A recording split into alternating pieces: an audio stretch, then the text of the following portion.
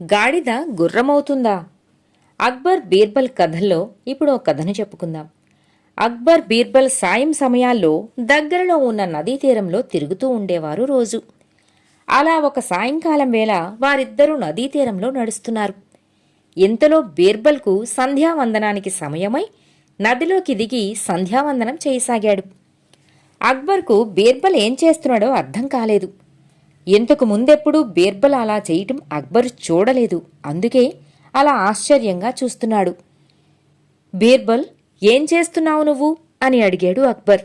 మహారాజా, సంధ్యావందనం చేస్తున్నాను అన్నాడు బీర్బల్. అక్బర్ మాట్లాడలేదు. బీర్బల్, సంధ్యావందనం అంటే ఏమిటి అని అడిగాడు మళ్ళీ.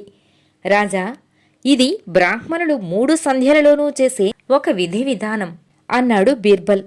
అయితే నేను కూడా సంధ్యావందనం చేస్తాను అన్నాడు అక్బర్. బీర్బల్ మౌనంగా తన పని తాను చేసుకుని నీళ్లలో నుంచి బయటకు వచ్చాడు. అక్బర్ మళ్ళీ అదే మాట అడిగాడు. దానికి బీర్బల్ నవ్వుతూ, మహారాజా, కొన్ని మతాలకు సంబంధించి ప్రత్యేక పూజా విధులు ఉంటాయి. వాటిని అందరూ ఆచరించడం ధర్మసమ్మతం కాదు అని నేననటం లేదు. కాని మహారాజే ఉండి తమరిలా మా మతానికి సంబంధించిన సంప్రదాయాలను అనుసరిస్తే యథారాజా తథాప్రజ అన్నట్లుగా రాజ్యం తయారవుతుంది కదా అన్నాడు. అలా జరగదులే కాని ఒక్కసారి నాకు సంధ్యావందనం చేయటం నేర్పించు, నేను కూడా చేస్తాను అన్నాడు అక్బర్. బీర్బల్ ఎంత చెప్పినప్పటికీ అక్బర్ చక్రవర్తి తన పట్టు వదలటం లేదు. ఆ పూటకు ఎలాగోలా నచ్చచెప్పాడు బీర్బల్. కాని ప్రతిరోజు అక్బర్ తనకు సంధ్యావందనం చేయటం నేర్పించమని బీర్బల్ను తరచి అడగసాగాడు. చివరికి బీర్బల్కు విసుగు పుట్టి అక్బర్కు ఎలాగైనా కనువిప్పు కలిగించాలనుకున్నాడు. ఒక చాకలి దగ్గరకు వెళ్ళి అతనితో ఏం చెయ్యవలసింది వివరంగా చెప్పివచ్చాడు. మరునాడు సాయంత్రం అక్బర్ చక్రవర్తిని తనతో పాటు నదికి తీసుకొచ్చాడు బీర్బల్. అక్కడ చాకలి తన గాడిదను నీళ్లలో ముంచుతూ తెగ రుద్దుతున్నాడు. ఆ గాడిదేమో ఆ రుద్దుడికి ఓండ్ర పెడుతోంది. అయినా సరే ఆ చాకలి దానిని వదలకుండా రుద్దుతూనే ఉన్నాడు.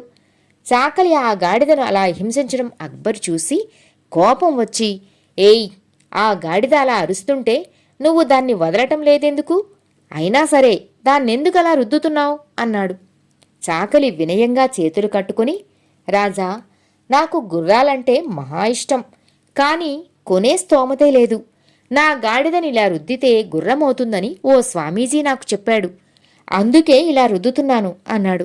ఆ మాటలు వింటూనే అక్బర్ పెద్దగా నవ్వి, చూసావా బీర్బల్, వీడెంత మూర్ఖుడో, గాడిదెక్కడైనా గుర్రమవుతుందా అన్నాడు.